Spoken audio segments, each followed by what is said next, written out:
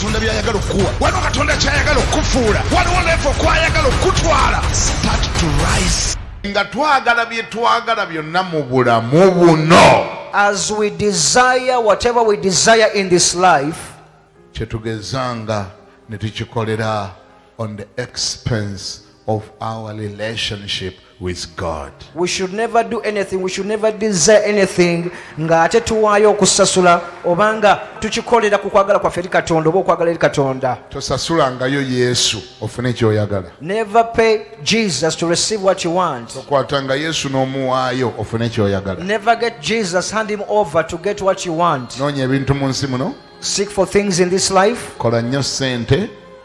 Work hard, get the money. Zimba ebizimbe. Build the buildings. Gula amataka. Get the land. Kuŋŋaanya ebyobugagga.